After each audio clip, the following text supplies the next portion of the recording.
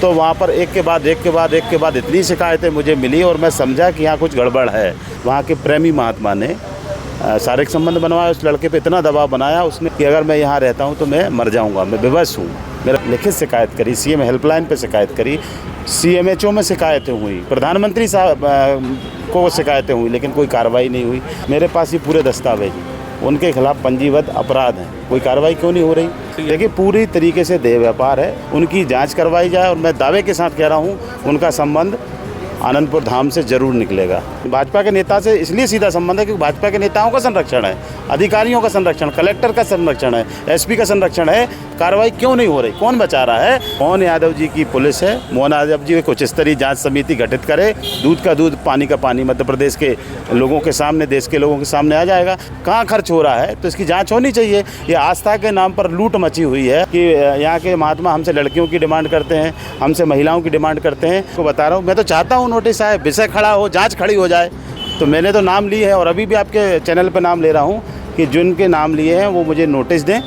मैं नोटिस का इंतजार कर रहा हूँ और मैं जांच इस मामले में माननीय हाई कोर्ट से करा के रहूँगा। नमस्कार, मैं हूँ आदर्श पांडे और आप देख रहे हैं द लपेटा। मेरे साथ इस वक्त मध्य प्रदेश कांग्रेस के अनुसूचित जाति विभाग के प्रदेश अध्यक्ष प्रदीप अहिरवार हैं।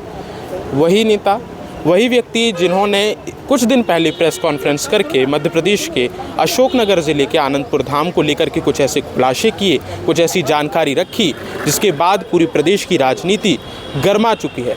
सर, आपने जो खुलासे किए हैं इत्मीनान से मैं समझना चाहता हूँ, क्या खुलासे थे, क्या आधार है और क्या प्रक्रिया चल रही है, क्या कार्रवाई चल रही है? देखिए, आनंदपुर धाम एक आस्था का केंद्र है और ये न केवल भारत में बल्कि इसके चाहने वाले, इसको मानने वाले और उनके विचार को मानने वाले दुनिया में।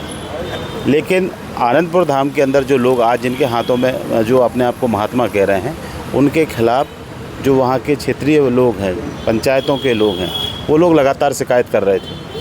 तो मेरे पास भी कुछ अनुसूचित जाति वर्ग और जनजाति वर्ग के साथी आए। उन्होंने कहा कि इन लोगों ने हमारी ज़मीन को अवैध रूप से अतिक्रमण करके कब्जा में करके रखा और हमें अपना ज़मीन का हक नहीं दे रहे हैं। तो जब मैंने मामले को अपने हाथ में लिया, मैंने ज्ञापन दिया और ज्ञापन मैंने पिछले महीने 27 तारीख को दिया।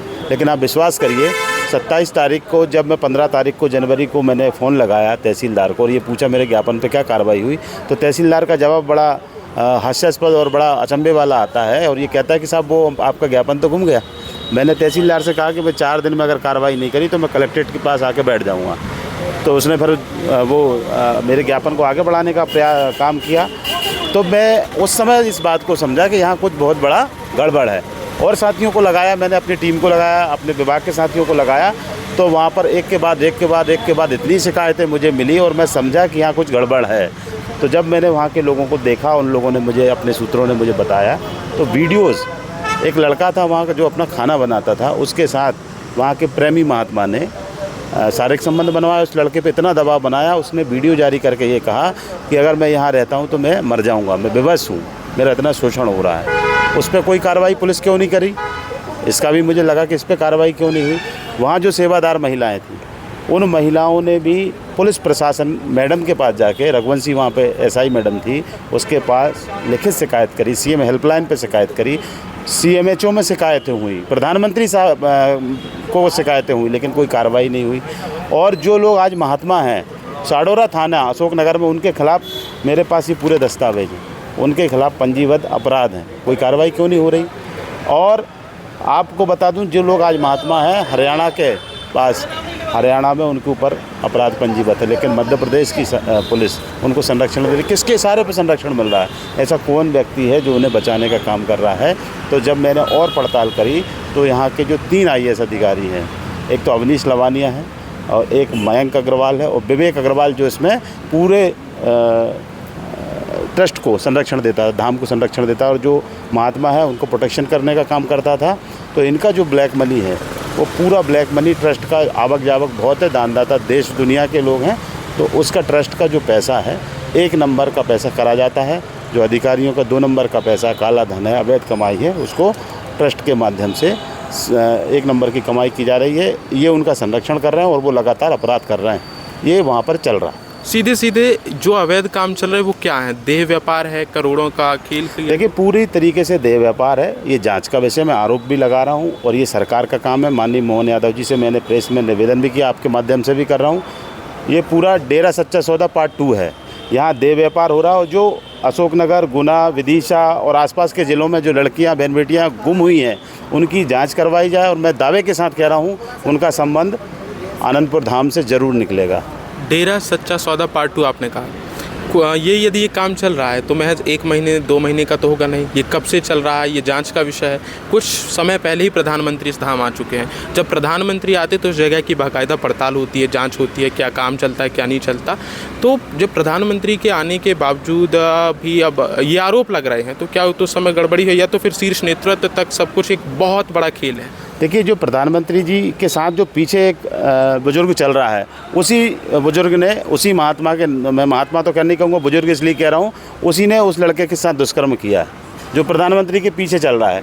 तो कितना पैसा खर्च करके प्रधानमंत्री को क्या बात बताई होगी, प्रधानमंत्री को किस तरीके से गुमराह किया होगा भाजपा के नेताओं ने। और भाजपा के नेता से इसलिए सीधा संबंध है क्योंकि भाजपा के नेताओं का संरक्षण है, अधिकारियों का संरक्षण, कलेक्टर का संरक्षण है, एसपी का संरक्षण है। जो गाँव के सरपंच शिकायत दे रहे हैं कि ये हमारे परेशान कर रहे हैं, हमारे लोगों की, पंचायत के लोगों की ज़मीन इनके कब्जे में, कार्रवाई क्यों नहीं हो रही, कौन बचा रहा है। तो मेरा माननीय मोहन यादव जी से सीधा सा आपके माध्यम से ये निवेदन भी है और सवाल भी है कि कौन है उनका संरक्षक, कौन उनको प्रशय दे रहा है अपराध करने के लिए।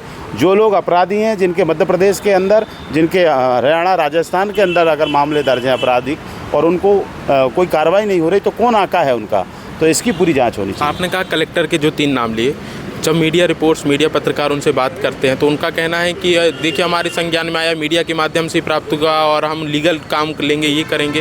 उनका ये कहना है, वो कहते हैं कि मैं आज तक आनंदपुर धाम गया नहीं हूँ। अशोक, आनंदपुर धाम नहीं गए, ये सब सीएमओ में बैठते थे।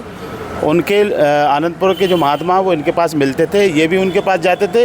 और मेरा स्पष्ट आरोप है, जिन तीनों आईएएस अधिकारियों का मैं नाम ले रहा हूँ, मोहन यादव जी की पुलिस है, मोहन यादव जी कुछ स्तरीय जांच समिति गठित करे, दूध का दूध पानी का पानी मध्य प्रदेश के लोगों के सामने, देश के लोगों के सामने आ जाएगा। जाँच एजेंसी मेरे पास नहीं है, लेकिन मेरे सूत्रों ने और मेरे लोगों ने बताया कि इन तीनों अधिकारियों का प्रशय है, इन तीनों अधिकारियों का मामला है। और जो कुछ भी है, अगर सरकार जांच करेगी तो निश्चित रूप से इन लोगों का हाथ नज़र आएगा। ये 3 अधिकारी हैं। आपने तहसीलदार की भी बात की। यदि तहसीलदार के हवाले से ये खबर आई कि हमसे ज्ञापन गुम गया, एक इतना बड़ा दावा लगाना और फिर आरोप लगाना, उसकी जांच ना होना और ज्ञापन का गुम जाना, क्या संयोग बताता है? ये सब तहसीलदार हो, एसडीएम हो, कलेक्टर हो या और जो प्रशासनिक अधिकारी हों, ये सब मिले हुए हैं। आनंदपुर धाम का जो ट्रस्ट है उसकी अपनी एक सत्ता है और उस सत्ता के ये सब मोहरे हैं। सबको पैसा जा रहा है, यहाँ वल्लभ भवन में भी पैसा आ रहा है, सीएमओ में भी पैसा आ रहा है। ये पैसा कहाँ से आ रहा है, कौन दे रहा है, ब्लैक का पैसा वाइट हो रहा है, इसकी जांच तो होनी चाहिए। आपने पैसों पर भी आरोप लगाए, कितना पैसे? क्या 700 करोड़ 800 करोड़ का इनका टर्नओवर है, इसकी जाँच होनी चाहिए। पैसा कौन दे रहा है, किसके पास जा रहा है, कहाँ खर्च हो रहा है, तो इसकी जांच होनी चाहिए। ये आस्था के नाम पर लूट मची हुई है और जो गलत लोग हैं, जिनका चरित्र अच्छा नहीं है, जो व्यभिचार कर रहे हैं, जो शारीरिक शोषण महिलाओं का, पुरुषों का, दोनों का कर रहे हैं, उनकी जांच हो और दूध का दूध पानी का पानी हो। ये मेरी मांग है और मैं माननीय मोहन यादव जी से कहूँगा। जो आपने सोमवार को प्रेस कॉन्फ्रेंस की थी, उसमें जो वीडियोस दिखाई थे वो कितने पुराने थे? देखिए, वीडियो कब के हैं, किसके हैं, कितने पुराने, ये मायने रखता। वीडियो में जो लोग दिख रहे हैं वो लोग, आपको इस पूरे खेल की, इस गोरख धंधे की जब पहली जानकारी किस समय लगी, कितने समय पहले आपको लगी? मुझे अभी 8 दिन पहले इसकी जानकारी लगी। और जब 8 दिन पहले जानकारी लगी तो मैंने एक जिम्मेदार नागरिक होने के नाते ये जनता के सामने, आपके सामने ये लाना बहुत ज़रूरी विषय है कि लोगों को किस तरीके से लूटा जा रहा है। पुलिस का, प्रशासन का और अपराधियों का, जो महात्मा अपने आप को कहते हैं, इनका एक पूरा नेक्सस है। और इस नेक्सस के आजू बाजू पूरा काला धन। और एक शिकायत हुई थी, जो वहाँ पर रहते हैं आश्रम में लोग, उन्होंने एक शिकायत करी थी कि गोवंश की हत्या होती है।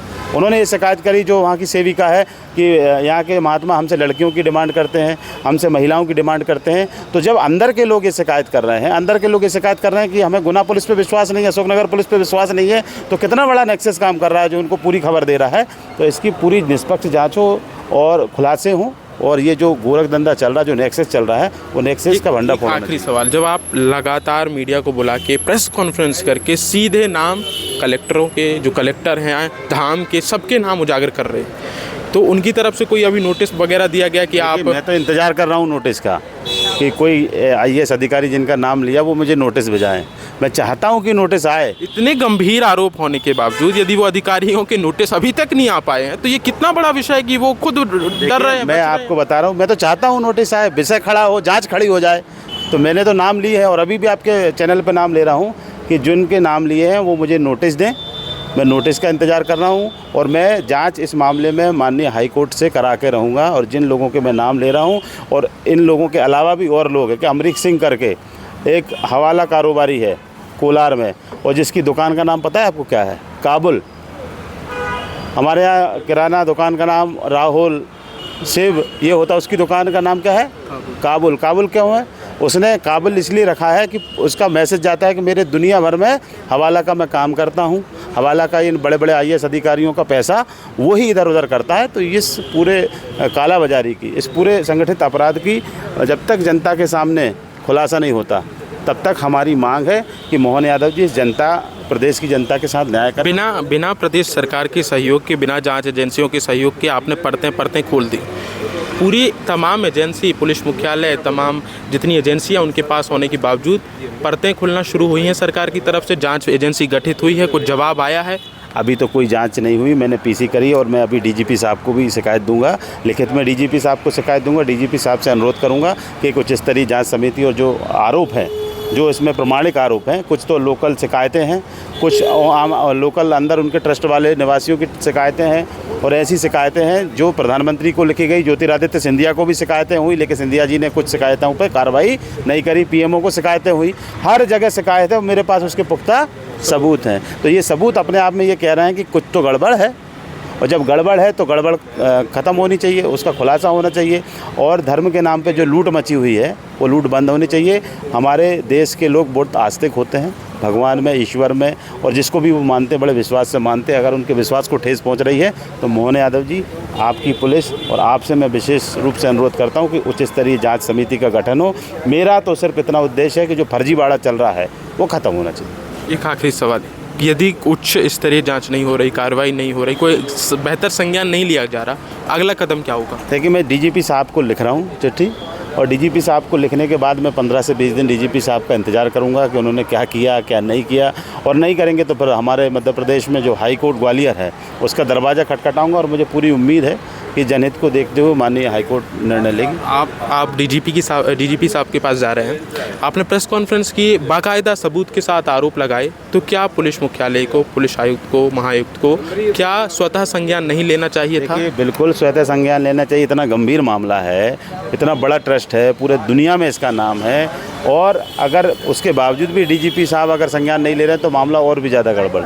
ठीक है, तो ये आप तमाम जानकारी सुन रहे थे, जिस तरीके से आनंदपुर धाम की ये काला चिट्ठा परतें खोली हैं और सबूत इनके पास है, और इससे साफ है कि इसके पीछे कौन काम कर रहा है, मास्टरमाइंड कौन है, उसको पकड़ा जाए। तमाम जानकारी के साथ मैं आदर्श पांडे, भोपाल।